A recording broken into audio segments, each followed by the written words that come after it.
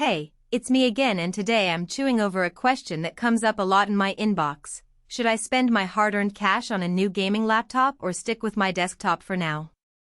I've been testing a few of the latest mid-range machines, and the HP Victus 15.6 caught my eye because it's marketed as a budget-friendly beast that can actually handle modern titles without breaking the bank.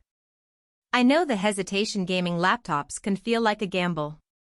You want the smooth performance you see in ads, but you also don't want to end up with a heavy brick that dies after a couple of months.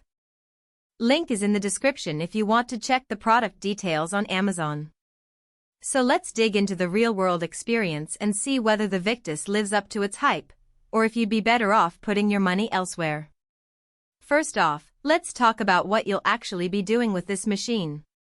The Victus is built around a 13th Gen Intel Core i5-12450H, an 8-core processor that, on paper, outperforms many older i7 chips. In my day-to-day, that translates into quick boot times for Windows 11 Pro, and it handles multitasking like a champ.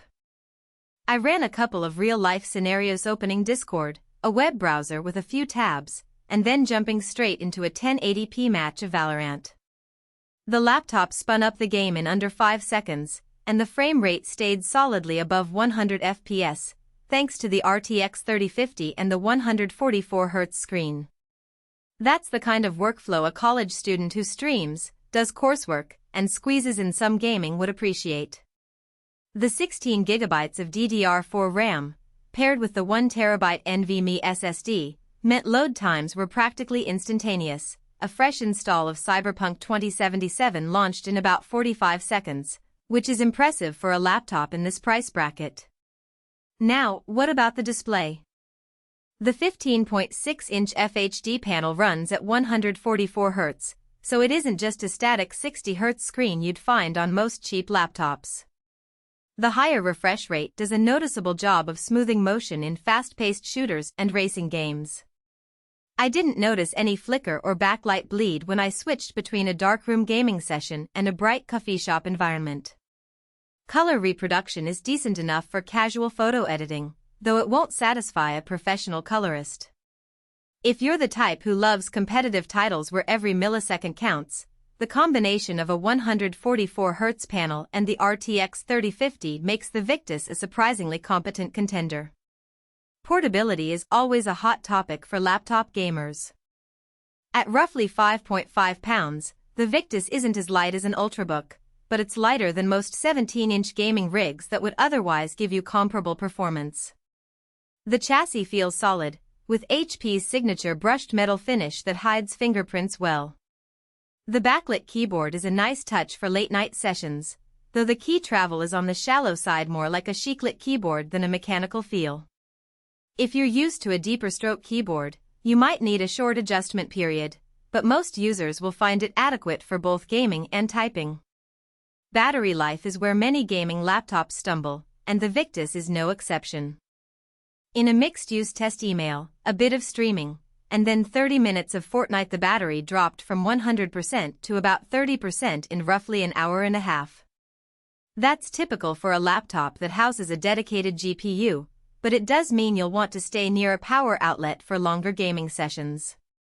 On the flip side, when you're just working or attending Zoom classes, the laptop can stretch to 4 to 5 hours, which is respectable for a machine built around a power-hungry GPU.